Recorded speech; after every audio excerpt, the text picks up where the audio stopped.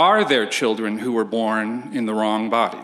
Can we help gender non-conforming children avoid the trauma of the wrong puberty by using an off-label cancer drug to shut down their pituitary gland to stop a crucial phase of their physical and mental development? Do cosmetic surgeries to alter one's sex traits actually make us into members of the opposite sex? Do they help us to become the people we always were on the inside? Is it really an act of affirmation to dose someone with cross-sex hormones and cut off healthy functioning body parts in order to provide them with non-functional simulacra of the opposite sex's anatomy? Is a boy who likes unicorns and rainbows, whose favorite color is pink, who shies away from rough and tumble play and prefers to lip-sync pop songs with girlfriends, rightly described as a person with a boy body and a girl brain? Should we be using different names and pronouns to refer to him and promise that when he's old enough and he's ready, that doctors can turn him into the girl that he always really was? Is an untransitioned adult male with his male sexual anatomy intact actually a woman by virtue of his inner sense of identification as such? Would we be violating his civil and human rights by continuing to refer to him by his male pronouns or denying him access to the women's changing room, shower, sauna, or sporting competition? Should this inner sense of identification entitle him to compete against women, despite the advantages accrued to him by virtue of his male anatomy? If he a woman with his penis, does an obligation accrue to the woman he to refer to him by his preferred pronouns in court, lest his inner sense of identification be disrespected? If she fails to refer to her penis while recounting the events of the that she conducted upon her, has she transgressed an important moral injunction? And is she rightly understood to be motivated by hateful bigotry? If he is convicted for a rape or murder of a woman or of multiple women and begins to identify as a woman after conviction, are we obliged to respect his gender identification and to move him into a women's prison in order to affirm his inner sense of gender identity? Those of us who have been following this issue closely know that the answers to each and every one of these questions, according to the relevant authorities who are in turn guided by the opinions held by all right-thinking people throughout the Western world, is yes.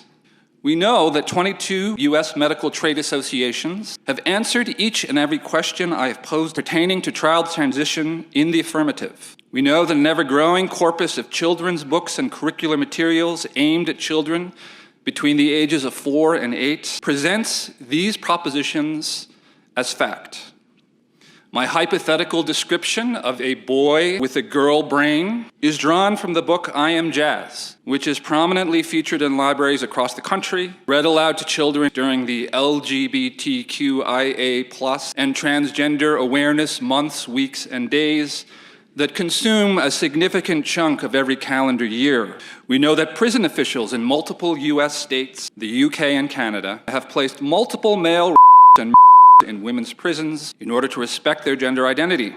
Those of us who follow this issue are aware that the transgender movement simultaneously argues for the importance of medicalizing children to be their authentic selves and the simultaneous importance of recognizing the inner identification of non-medically transitioned adults solely on the basis of their say-so.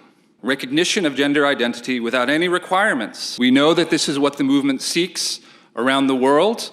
We know that this is what the movement is obtaining around the world. We know that the paradox is matched by other paradoxes and incoherencies that run through the aims and dogmas of the movement. Is gender identity innate and an expression of one's authentic inner self, or is it mutable and ever-changing? The answer being provided by state power throughout the Western world is yes. The law compels you to comply with contradictory dictates depending on which serve the interests of this movement. What I'm describing here are some of the necessary entailments of defining the word woman in a circular way. as a person who says they are a woman. If a woman is not a material reality that one is or is not without regard to one's inner sense of identification, but instead an inner subjective belief that takes precedence over one's sex anatomy, then men who say they are women have a right to be in the women's sauna and shower and locker room, and they can file a complaint with the Civil and Human Rights Commission, which can levy fines against a women's spa where women are required to be naked, as one trans-identified male did with the Seattle Human Rights Commission against a Korean-owned spa. He succeeded, and he posted himself on social media celebrating the triumph of the progress of civil and human rights in which he was just involved. As the necessary entailments of these dogmas begin to play out in the real world, public support for this movement has begun to tank. A recent poll found that the number of respondents agreeing with the statement that transgender acceptance has gone too far saw an increase by 28 points in 3 years. No issue changes so rapidly in so brief a span of time. We are beginning to understand the reason that this is changing is a growing acceptance of what transgender acceptance actually means in practice. It means schools deceiving parents about their children's adoption of new names and pronouns. And it doesn't just mean that teachers decline to out the child.